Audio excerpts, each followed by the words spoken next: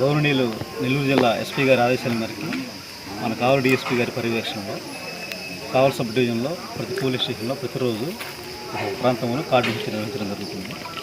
ఆ క్రమంలో కావలి 2 టౌన్ పరిధిలో ఈరోజు 18వ వార్డు తుఫాన్ నగర్లో కావలి 2 టౌన్ సిఐ నేను మా సిబ్బందితో కలిసి కార్డు సెర్చ్ నిర్వహించడం జరుగుతుంది.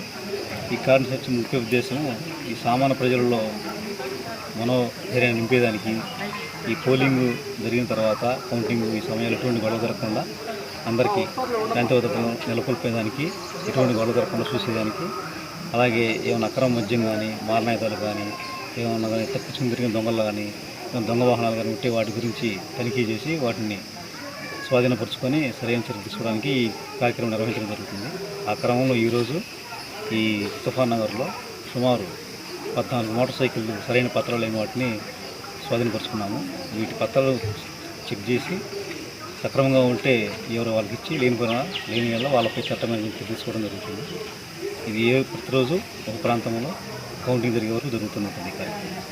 సార్, కొత్త వ్యక్తులు కానీ బయట వ్యక్తులు కానీ ఎవరైనా ఈరోజు ఎవరు మనకి తారసుకోలేదు. కొన్ని వాహనాలు అయితే దొరికింది, వాటిని చెక్ చేస్తుంది. ఈ 30 యాక్ట్ అమల్లో ఉందంటారా? పోలీస్ చట్టం అమల్లో ఉంది.